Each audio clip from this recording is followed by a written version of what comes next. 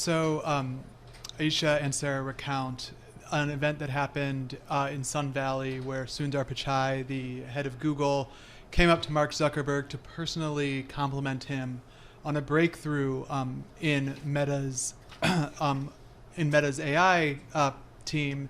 And this is exactly... He was like, high five, got it. Yeah, and this is exactly the kind of thing that Mark Zuckerberg wants. Like, even though he is one of the most recognizable people in the industry, started one of the most valuable companies in the world, he's very touchy about the fact that people don't see him as an innovator. And so here you have Sundar Pichai saying, hey, great job on innovating on like this very important thing. And the problem is that Mark Zuckerberg doesn't actually know what Sundar is talking about. That's rough. And so I guess it, goes back to California at the end of this is like, hey guys, like read me in on this stuff. What's going on? I didn't get the memo.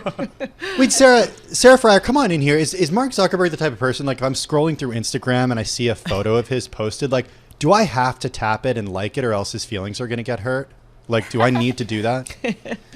I mean, so the thing is, he's pretty chill about being memed, about being mocked. Like, he's been the butt of jokes in the tech industry and beyond for all of those 20 years of Facebook's existence. They made the movie about him in Hollywood in 2010. So that doesn't bother him as much. What bothers him is that people don't think of him as a technologist, like Josh said.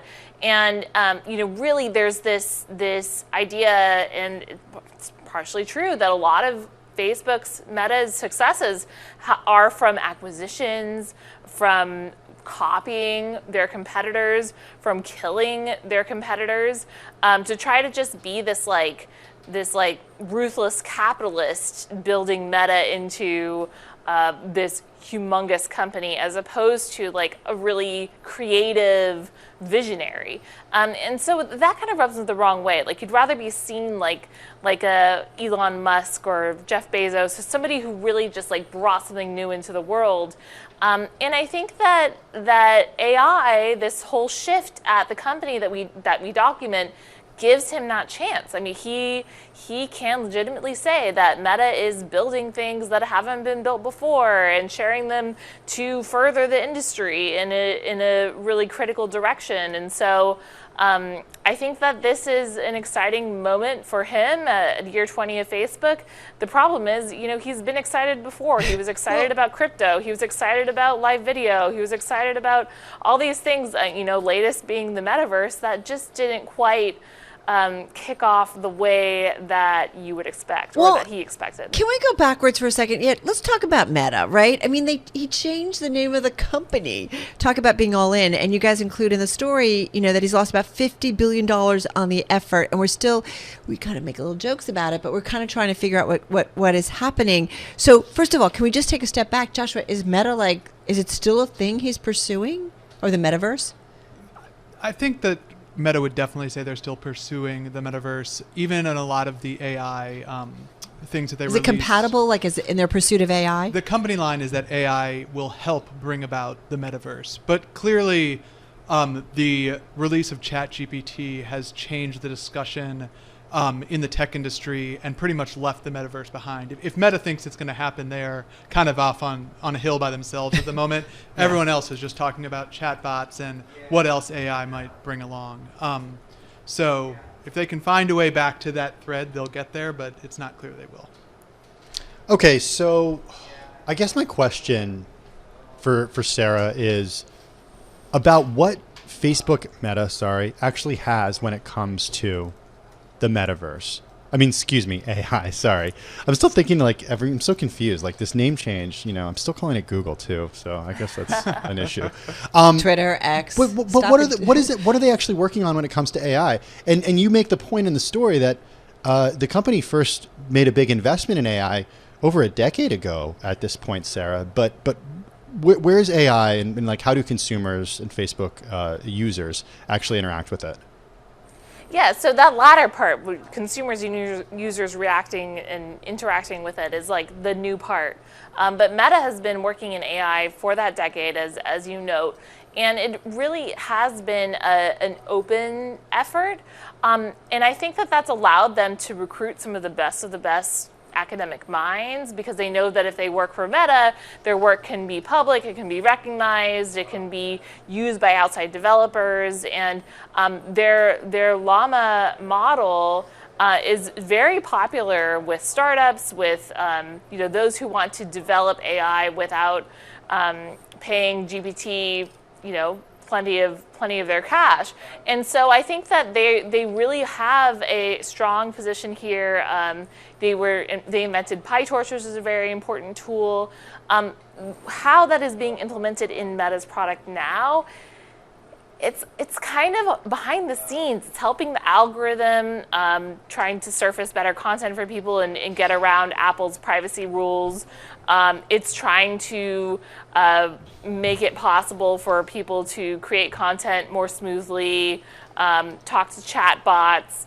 It actually is improving their advertising system.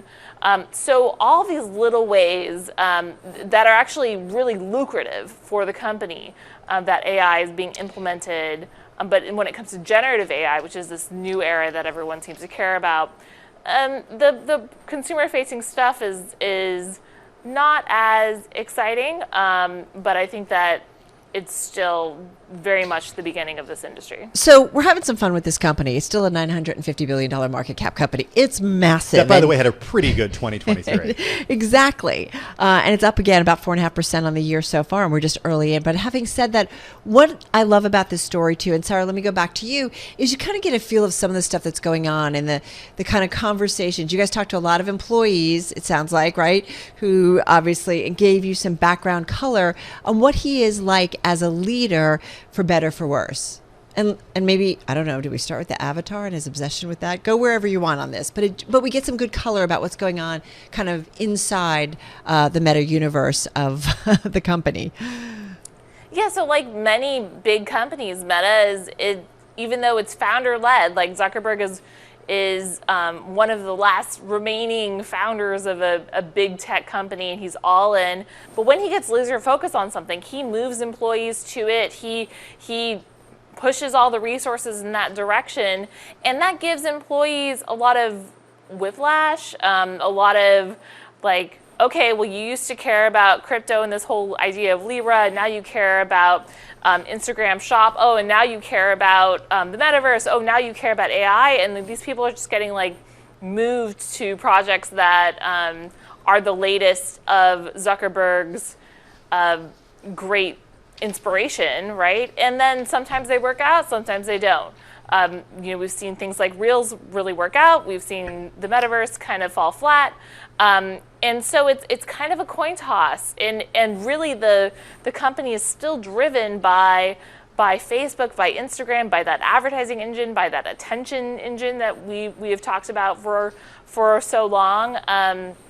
And they haven't figured out their next act. So Facebook at 20 is in a kind of precarious spot. Like they have to figure out, where does that next big growth spurt come from? How can we either use AI to like juice more out of what we've got, or come up with something new?